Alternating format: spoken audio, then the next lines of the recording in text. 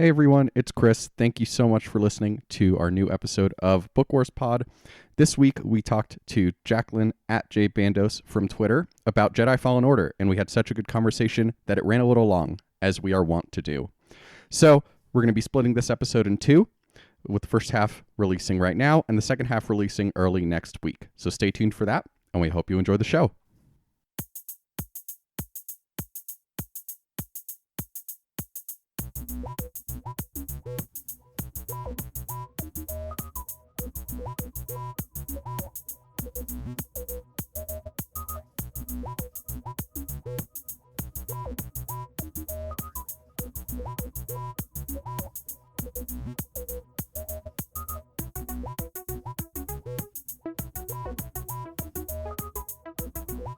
Hello, and welcome to bonus episode 27 of the Book Wars Pod.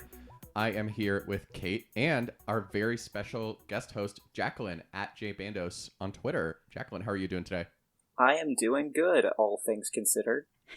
Yeah, I feel like that's just whenever somebody asks you, you're like, well, still alive, don't have plague. There's nothing interesting going on right now. Nope. Just existing. Exactly. Yeah. Keeping on. Just very Cal Kestis pre-Jedi Fallen Order. Aww. Big mood. Yeah. Aww. And very, very appropriate for this pod. Yeah, exactly.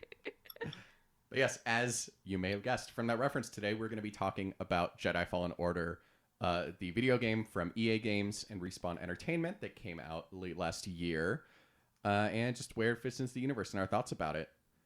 But first, before we get started, as always, what is everyone drinking? Jacqueline? You didn't catch me on a drinking night, so I'm just drinking water.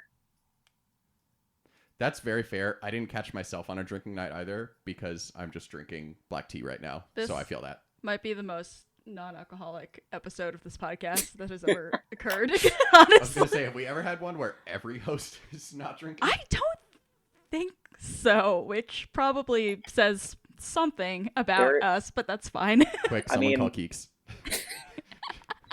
I mean, this might be the first podcast I've recorded where at least there isn't at least one person hosting that isn't at least a little tipsy. So it's a first for everyone. Honestly, it might be the first podcast recorded in the past 3 weeks, on Earth, when no one is drinking. You make a great point. But yeah, no, we just stocked up on tea again because Chris and I are both working from home now, and caffeine is essential. And I can't drink coffee because it makes me manic, literally. We've talked about this, I feel like on the pod before. So yeah, no, we've just got some lovely stuff from Stash Teas up in Portland because we're trying to support smaller businesses right now. And yeah, it's called Breakfast in Paris, which is the most douchey fucking name for a goddamn tea that has really ever existed. It's an awful name, but it's good. It's good tea. It's got it's pretentious as hell, but it's good. Yes, exactly. Which Don't you hate it when white people get something right? You're like, why did you have to do this in the worst possible way? I don't. You mean like The Last Jedi? What? At least my personal feelings on it. Boop, boop, boop, boop. I'm man. I love this movie and it's my favorite, but it's just horrible how people choose to love it. Oh God, you're it's so right. True. At some point, we as a fandom are going to need to examine how we enjoy things. We're going to need an intervention.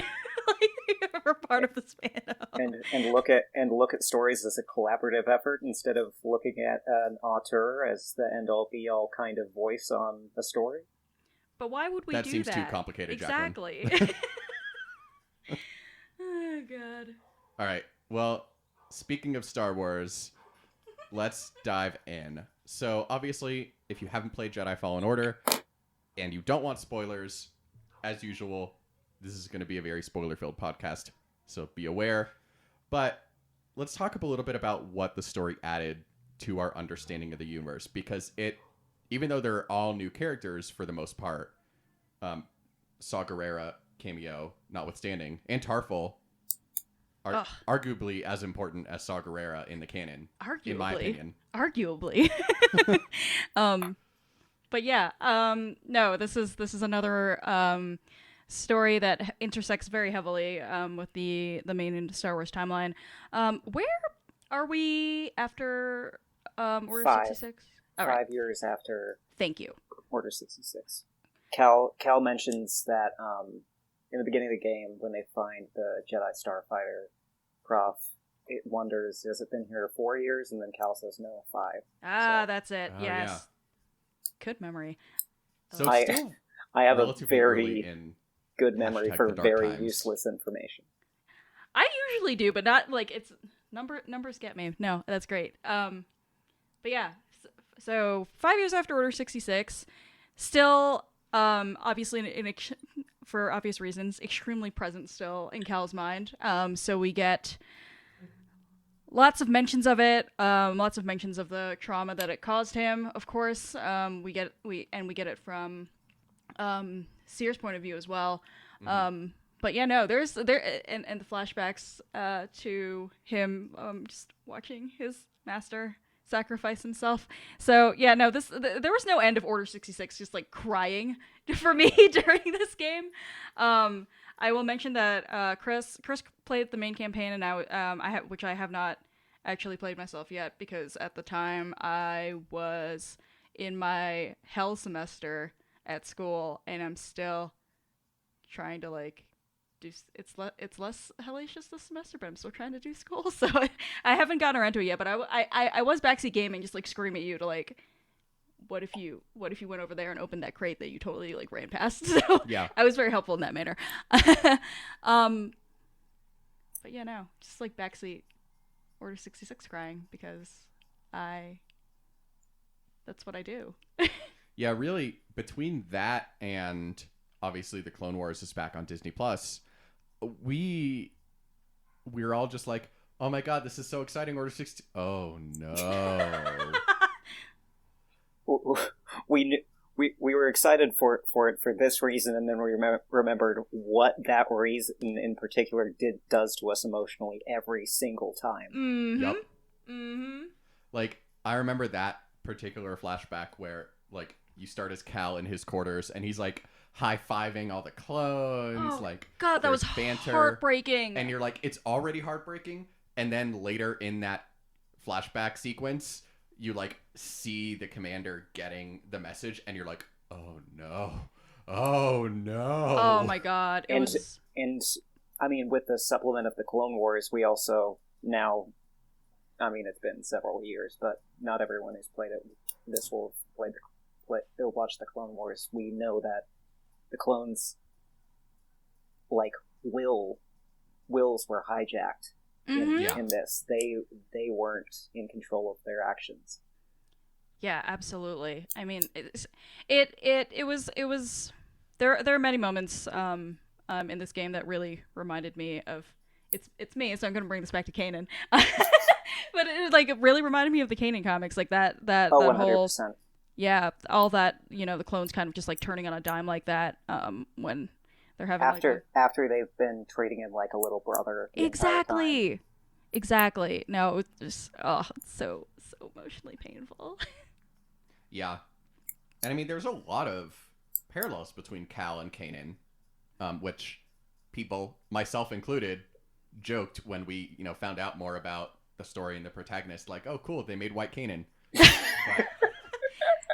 I mean, yeah. Yeah, that was definitely an initial reaction of mine. I think we did an episode right after Star Wars Celebration in April last year, where I was just like, okay. Like, I was just like, this couldn't have just been part of Kanan's lost years but we got what we got.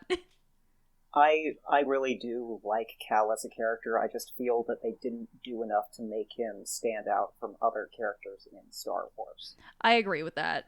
I agree. I actually ended up almost begrudgingly liking him a lot more than I expected to. He was just like a very good soft boy, which I didn't expect. Exactly. Cameron Monaghan did a pretty good job. Yeah. He deserves a lot of credit for sure. Because there is a lot of stuff that's just flimsy basic, oh, this is just kind of what all Jedi are dealing with at this point, and so we get that kind of, but we've seen it in other stories before, so... I mean, I do think certain things like... I don't know if this is jumping the gun a bit, but I think maybe doing this from Trilla's perspective would have made the game story a lot more interesting. Ooh, yeah.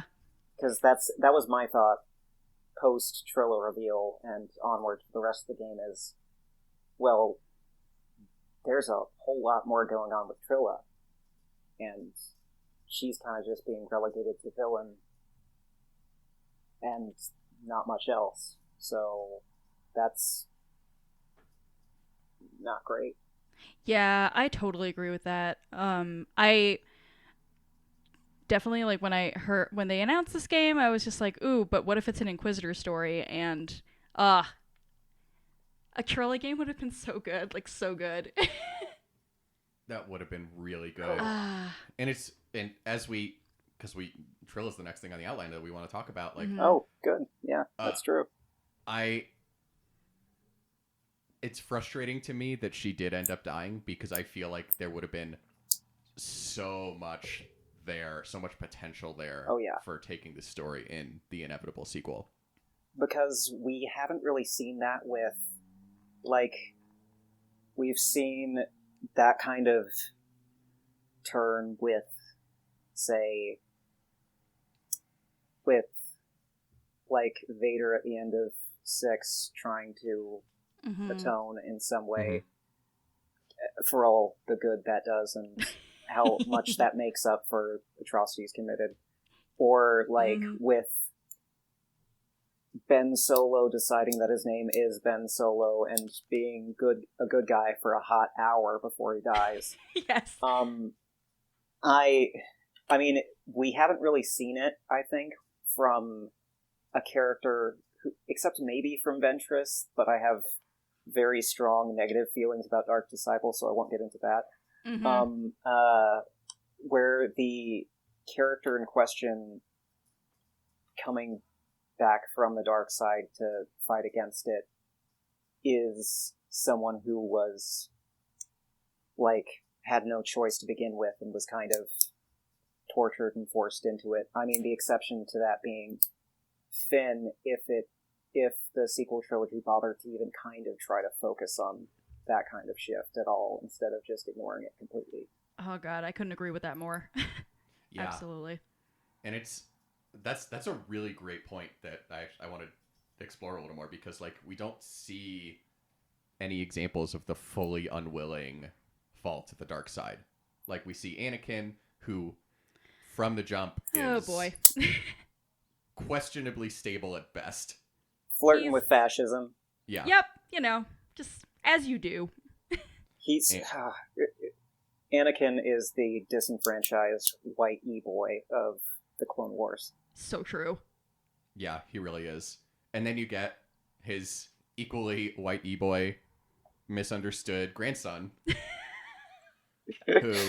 Ooh, no. I feel like Anakin's more... How would I put this? I feel like Anakin's Reddit while Kylo is 4chan. Oh my god. Ooh. Because the thing is, Anakin at least had... I don't know. Anakin had, like, all these things standing in the way of him being able to become well-adjusted emotionally. Like leaving his mom and the Jedi never freeing his mother. The fact that he goes from being a slave to being in an order where all these things that he was at least allowed to feel even back then, he's not supposed to, for reasons that are never really clear because dark side bad. And but then with Ben, especially like after reading the Rise of Kylo Ren comic, it just becomes clear that Ben was raised by loving parents and had a loving uncle, but Ben has long suffered from a huge victim complex and a desire to be be like famous, but outside of the Skywalker stuff. Right. Which is a whole other conversation, but that's my reasoning there. No, I mean, I think that's extremely valid reasoning. I'm just, oh my god, am I ever gonna stop screaming though about the Reddit versus 4chan analogy? I will not. That is the most delightful thing I've heard in like weeks. So That's very apt. What would Cal be then? Like Neopets? Like what's something like really soft on the internet that was something never really, corrupted? yeah, something Cal really Cal wholesome. is Tumblr post NSFW purge. Ooh, strong argument. That's Very, very soft, kind of bland. oh, but still chugging along. yep. Oh my god, I love this so much. Oh my god, it's so good. That's totally episode Cal's Tumblr. Yeah, That's right. it. Oh gosh, what was I gonna say? But no, I think no, I love that analysis though of just like the reasoning, behind just Anakin and Ben's turns because, again, like it's this. Chris and I talk about unforced L's a whole lot of the time, and it's like that is what happened there. Honestly, it's, not so much with Trilla. Yeah. Yeah, and Trilla was literally tortured into it. yes, and that we talk a lot about trauma on this podcast because there's so much of it in Star Wars, and it is hardly ever like addressed in a healthy manner. So let's keep doing that. Especially when it's, I don't know. I didn't. Did you talk about it in relation to Vi and Blackspire? We have not talked Blackspire yet. We are going to, I think, in a couple books, but Gotcha. that's very. But there's there's a lot to be said about this kind of the way this kind of torture and trauma is more casually inflicted to women of color, and specifically Black women in the Star Wars canon. Oh, for sure. I mean, if you've just watched the latest Clone Wars episode, I was like, please don't, please don't. Okay, we're doing it again. Great, cool, just cool. Love it. And then we can just go back around to the Rise of Kylo Ren comic. Ben, like, executing his classmate Vo. Yeah. Mm-hmm. So, yeah. Yeah, no, super great. Yeah. Yeah, cause, everything's fine. That's totally cool to do. Star Wars is for everyone. As long as you don't mind reading and watching stories written by white people. And only white people. Hey, Kenobi's new writer. Oh my god, tell me about it. So frustrating. Anyway, to bring it back to Trilla. So, looking at her final scene, do you think that she was going to turn? I do. I think she was going in that direction, I do think. Especially after she says, I've held so much hate for you. She's trying to comprehend how she could be forgiven for what she's done in the years that she's been an Inquisitor, because she's been unable to forgive Seer for that long. Mm-hmm. And so I do think she's at that moment struggling, but leaning towards she does want to mend that relationship and try to do something that's not destructive to other people and clearly destructive to her. But Anakin pops up and interrupts. As he does. As he's want to do. I don't know if it's her. It comes off at least as her trembling in fear when she hears Vader's breath, but Mm-hmm. I feel like it could, when you hear like some kind of force noise, that maybe he's holding her in place, which is a whole other thing. Ugh, and yes. And so the fact that she, right before she dies, she says, "Avenge us," I think says a whole lot of where she was, the direction she was going to go in that scene, had she not been pretty unceremoniously offed by Vader. Right. Yeah. I which totally agree. like it fits Vader's characterization, and it's a good intro to Vader. But when you're doing that with a character that's been treated that way in the narrative already, and I mean, this is me going, this is the real like Ben Solo deserved better moment. This character deserved better. Like, Yes. Yeah.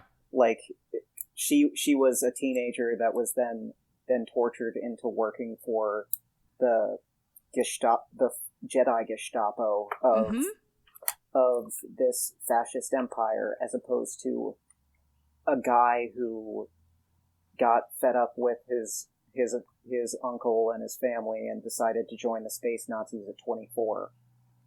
Yeah, absolutely. I mean, gosh, I could talk about Star Wars and child soldiers like all day, just because there's just so much of it. But no, absolutely, I agree with that completely. I also think that she, I think, that moment is just, it's just so heartrending when she and Sierra are talking and they're about to like, all like, I don't want to say come to an understanding, but like just like, there's that moment of openness whereas like Trilla's been like a closed fist for the entire game, and to have it cut off like right there, it was just like made me so upset. Yeah.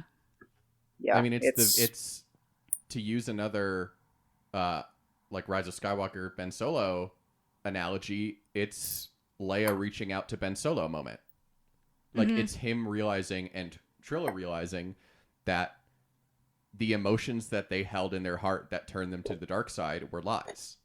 Yeah. Right. But the tragic death during that moment, it was at least something that was far more avoidable in the development of this story than with Leia, I would say. Totally. Yeah, especially because this game sold so well that we're getting a sequel. I just really would have wanted to see more of Trilla. Not only because Trilla is, I think, objectively the sexiest character to ever appear in Star Wars. Right? What a mood. Oh my god. She took off her helmet and I was like, holy shit, like who this is next level. And yes. and like all dark side women have like a goth girl thing going on, but her smudged eyeliner like makes it, plus the like kind of messy hair and just the way she talks to and carries herself. I'm just like, oh, this is the hottest. This is the sexiest Star Wars has been and ever will be. Right? Seriously. Yeah, no, she took off her helmet and Chris and I were just like, oh no, she's hot. Yeah, exactly. And then she doesn't wear the helmet again for the rest of the game, and I'm like, thank God. I know. It's oh my gosh. If you want to follow her actress on Instagram, her name's Elizabeth Grulon. Noted. Just making a note of that. Oh yeah, definitely. But yeah, no, for sure. And the thing that's like, I get why they wanted to pull Vader in there as like the ultimate big bad, you have no hope situation. Like it's very Rogue One Vader. It's, like it's a situation that is completely unwinnable if you try to fight as opposed to run. And it's another situation which does tie into the whole Order 66 survivor guilt situation, where there is really nothing you can do but run and get away with what you have. Yeah, which like as a standalone concept, I think is really cool, and I think that I think it's cool that the game actually places you in that situation, so you can kind of feel that, oh shit, I could die like right fucking now. It's just like let's get the fuck away from here, sort of thing. But yeah, it's just I think like the surrounding circumstances are. Yeah, it's just frustrating that was at Trilla's expense. Yes. Like we've talked about creators and lack of imagination on this podcast before, and like if your only way to get your intended feeling across is to kill the woman of color, you're not trying hard enough. So true. And that's because, and something I was worried about as the game was happening was like right after Vader kills Trilla and Cal and Seer square up, like in front of Vader, like Seer like supposedly gets thrown into a pit of magma, and I'm like, did they just kill both black women in this game in the span of like 2 minutes? Right. Yeah. No. Yeah. Let's actually talk about that for a second. So we got a question from one of our listeners, Andrew, who is one of the people that the Tashi Station Radio Network has sapped into giving us money on Patreon so that he can be in the Slack. But he asked, like, he was just like, he was expressing frustration basically about why Star Wars just loves fridging people of color and especially women of color. And I mean, I think, you know, Chris and I were talking about this, and he was like, in terms of Trilla anyway, and he's like, is it fridging? And I'm like, after having this conversation, I was like, yes, and he's like, I don't understand because I'm a white man. And I think after having this conversation, I think maybe it's a little clearer to you why. Oh, absolutely. Yeah. No, and I think but again, I have the joyful benefit of this not being the first thing on my mind anytime I consume any sort of media, because of who I am. Is like, I was like, well, she's the villain, like, it's the end of the game, like, sure, blah, blah, blah. Because, again, that lack of imagination we talked about, there's a reason I don't write stories. But no, it is, like, it's a failure to see alternate outcomes. Exactly. And also, like, it was that 2 second span that we were just talking about where, you know, Trilla dies and we think Seer's dead. It was just doubly frustrating for me, because I think there was so much to mine in that relationship that, you know, that was left untouched. And it's first, like, kind of like mentor student relationships that we have between two women of color in Star Wars. And it's just, and they were like, all right, so we did that. And now we're just gonna throw that out the window. And I was like, must we do that? Yeah, it's a shame. I'm sorry, go ahead, Jacqueline. No, I just said, yeah, it's a shame. Yeah. Especially because I think the only other example we have is... the only other example we really have is Barriss and Luminara, and they're painted green. Mm-hmm. Yeah. Mm-hmm. And also, aforementioned, handled... No, in a conversation we had before recording. Yeah. And then Barriss was handled quite poorly. Absolutely. With either an unwillingness to examine negative racist biases in her storyline, or just willful ignorance on their part. So yeah, with Seer and Trilla, it is significant that this is one of those, and this is how it goes. Mm-hmm. Yeah. And I want to turn it to Seer a little bit, away from the explicit dark side. But Seer was a character that was handled in a much more, I don't quite want to say nuanced, but in a much less standard way than I expected from her. More complex. Yeah. And just, like, the example of how she dealt with failure and, like, contrasting it with someone like Luke or Obi-Wan. And I just found it really interesting because she did cut herself off originally from the Jedi and then from the Force, but she didn't quit. Like, and Obi-Wan is a special case because he was protecting Luke, but, like, Luke, like, undeniably quit when he felt like he failed. And Seer did the opposite, and she found a way to keep going without letting herself succumb to the dark side, even though she felt this guilt. And so that was just really interesting to me as, like, an alternate way of dealing with failure that we haven't seen. Mm-hmm. Yeah, she did find a way to keep going. I think she said she quit for, like, a short while before she realized what was going on with Cordova's MacGuffin plan. Mm-hmm. Yes.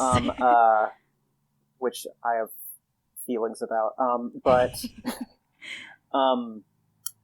yeah, but she did find a way to keep surviving even without just completely isolating herself. She did find Grease. She did have some form of some kinds of capers that I'm sure she had with him prior to the game. And so there is others that she is at least willing to confide in, and even while she is still cut off from the Force because she's afraid of her power, like Luke is afraid of what he might do in The Last Jedi, or like what Rey's afraid of she might do in Rise of Skywalker. But Seer is at least the only one who we see who is self-reflective enough to realize on her own that there's nothing that can be changed. Only what's going forward can be different, and how to stop blaming yourself about things that were not your fault, stuff like that. Where Luke had to get like a wake-up call from Rey, and Rey had to then in turn get a wake-up call from Luke, which also there's another thing to be said about why didn't Rey fucking listen to Finn? Like, he's her best friend. Why? Yeah, but you know, my opinion on the Rise of Skywalker is I love it, but also fuck you, J.J. Abrams. Yeah. It's funny because, so for those who listened to our Rise of Skywalker thoughts, neither Kate nor I particularly enjoyed it, and we, in those, we did a couple pods where we were very negative about it, and limited our negative feelings so that people didn't need to listen to them if they didn't want to. But then we were talking to our friend at Space Jess of the Lousy Beautiful Town Pod, and who I recorded my Tross reaction with. Oh, nice. Oh, that's awesome. Yeah, their Rise of Skywalker reaction episode. Yeah, it's me. Yay! And we basically just talk about how much we love Rise of Skywalker, and then completely shit on JJ for how Rose was treated, and how certain things like Finn still being relegated more to the side, and yeah. Yeah, for sure. But what we were talking to Jess about was she was like, I enjoyed this movie, but also I agree with you because there are things. It was funny because she's like, oh, it's a fucking mess. Yeah. She's like, it's really funny because I had the exact opposite reaction to the movie as you guys, just but agree with everything you said. Yeah. Which is very funny. Yeah, I mean, which is fine. I mean, that's how art works. Exactly. All right.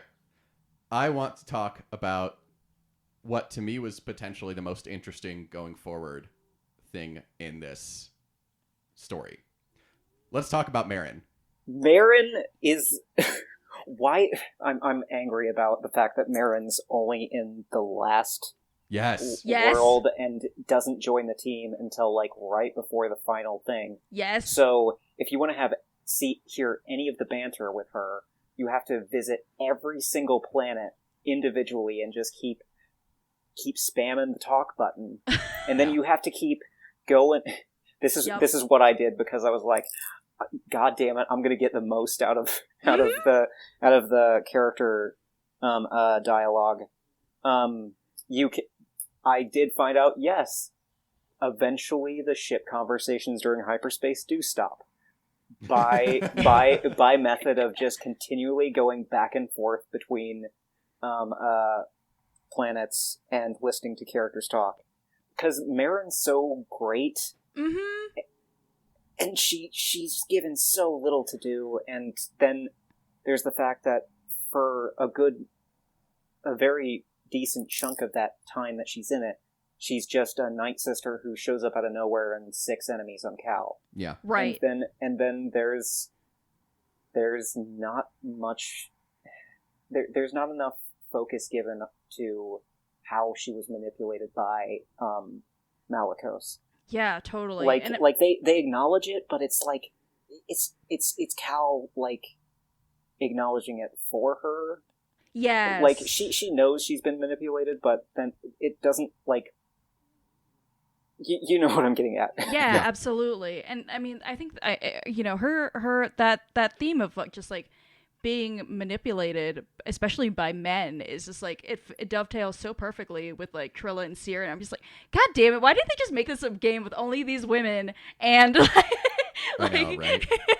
like that would have been so cool. But anyway, and it's interesting because, and I don't even necessarily feel like this was intentional, because I feel like it's one of those things that just happened and this much thought wasn't put into it, but it really reflects, her arc really reflects Ventress in a way. Oh, and 100%. just the general Night Sister light side versus dark side ethos, because the Night Sisters, as again, Dark Disciple, very problematic, but it does talk about how the Night Sisters touch the dark side and use the dark side without being beholden to it, without giving themselves to it. Yeah, and, this is no, continue, sorry. No. I was just going to finish up by saying, like, and I feel like that is part of what allows Marin to go from an adversary to a teammate so quickly, is that she not a bad person. Fully in control of herself. Mm-hmm. That's something that I did. I think I talked about this on Twitter a couple weeks ago, but a lot of fans on the internet I've seen think that this balance in the Force means there have to be dark side users and light side users and gray Jedi bullshit, blah blah blah. Mm-hmm. But like in interviews, George Lucas always refers to balance as being like dominating light, like the inherent goodness of people and stuff like that. And it's notable when we see the Night Sisters who exist on a planet that is heavily bathed in the Force's darkness. That the darkness that there's a difference between the darkness that the Night Sisters align themselves with, which is a darkness of nature, of entropy, of just it's part of the natural balance of the universe. Mm-hmm. It does seem a lot like they let the Force work through them, through their magic, as opposed to like seizing control of things like the Sith. The Sith darkness is not just something that's natural, that is dark, skewed darker. It is instead them enforcing their will onto nature and twisting it into a unholy kind of power, as opposed to being in touch with nature and not necessarily being immoral or malevolent. Mm-hmm. Yep. Though there's something to be said about how the Night Brothers are treated. Yes. So. Yeah. No. I like everything you just said, because it's all super cool. It's almost like the way the Night Sisters harness the dark side is how the Jedi are supposed to harness the light side, or how they think that's they're my harnessing personal the light interpretation. side. Yeah. No, I like that a lot. Yeah, I mean, and I think we talked about this when we read Dark Disciple, is that balance is... Ventress talks a lot about balance in a much more achievable and realistic way than the Jedi do. Mm-hmm. Like, it's not about balance through cutting the dark side out. It's about balance through staying within yourself. Yeah. Exactly. Yep. There's a difference between just eliminating all that's in your path and just trying to make sure nobody is harming others. I guess. I don't know where I was going with that.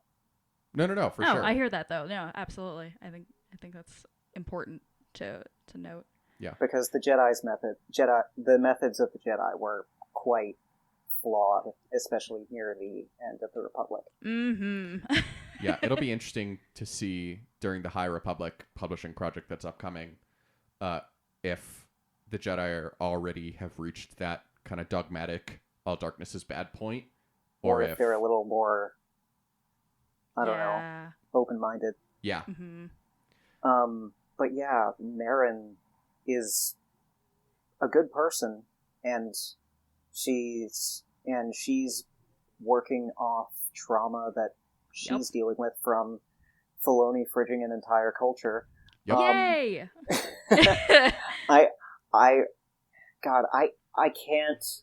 I have to believe that there are other Night Sister clans on the planet, because it can't be that there was just one Night Sister clan on the entire planet of Dathomir. Yeah. Anyway, that's my headcanon that will remain unless actually, yeah, that's my headcanon that will remain no matter what anyone says. I like it. I love it. I'm so on board with it.